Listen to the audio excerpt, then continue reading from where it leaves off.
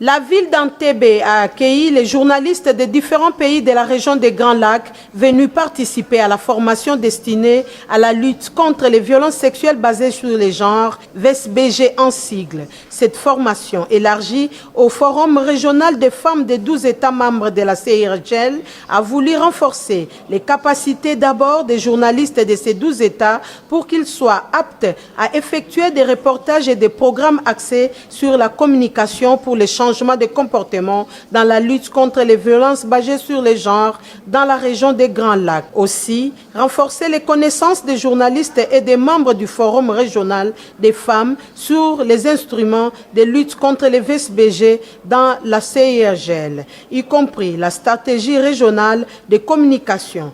3 jours durant, ils ont tous suivi les formateurs sur ces différents instruments, la déclaration de Kampala sur la prévention des VSBG, l'éradication des impunités des auteurs de ces forfaits, les protocoles sur la prévention et la répression de la violence sexuelle contre les femmes et les enfants de 2006, le rôle du Centre régional de formation sur la prévention et la répression des violences sexuelles et basées sur le genre dans la région des Grands Lacs. Ils ont aussi examiné les stratégies régionales de communication pour le développement afin de prévenir les VSBG, éradiquer l'impunité et apporter assistance aux victimes aussi à son plan d'action. Il y avait un enfant de l'école primaire qui était toujours en retard à l'école. Il était toujours à l'école en retard. Alors, maintenant, une fois, il est arrivé le premier. Et tout le monde, l'enseignant, s'est étonné. Pourquoi toi tu es arrivé le premier alors que tous les jours, normalement, tu es en retard? Alors, l'élève a dit, voilà mon maître.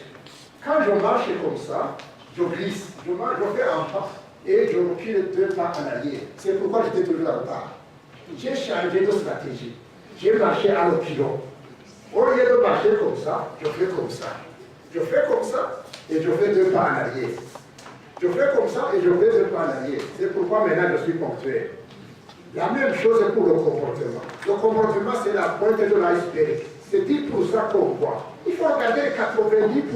Ce sont des causes culturelles, religieuses, politiques, économiques, sociales. Voilà la structure. Voilà l'analyse des causes. Avoir des stratégies pour amener les leaders religieux. Et là, je mets l'accent sur les leaders religieux qui ont un niveau de décision, de prise de décision. Parce que dans les activités que nous faisons sur le terrain, par exemple, quand vous invitez les gens, c'est un pasteur qui envoie juste quelqu'un qui se charge peut-être d'une activité X. Le prêtre envoie celui qui est chargé d'une CEV, mais on ne voit pas des prêtres, des pasteurs, des imams qui ont des prises de décision afin que les églises puissent être un espace où on peut aborder ces questions-là. Autre formation apportée sur les 2 campagnes Are You et Men Enough to Stop Sexual and Gender-Based Violence et la campagne Tolérance Zéro maintenant.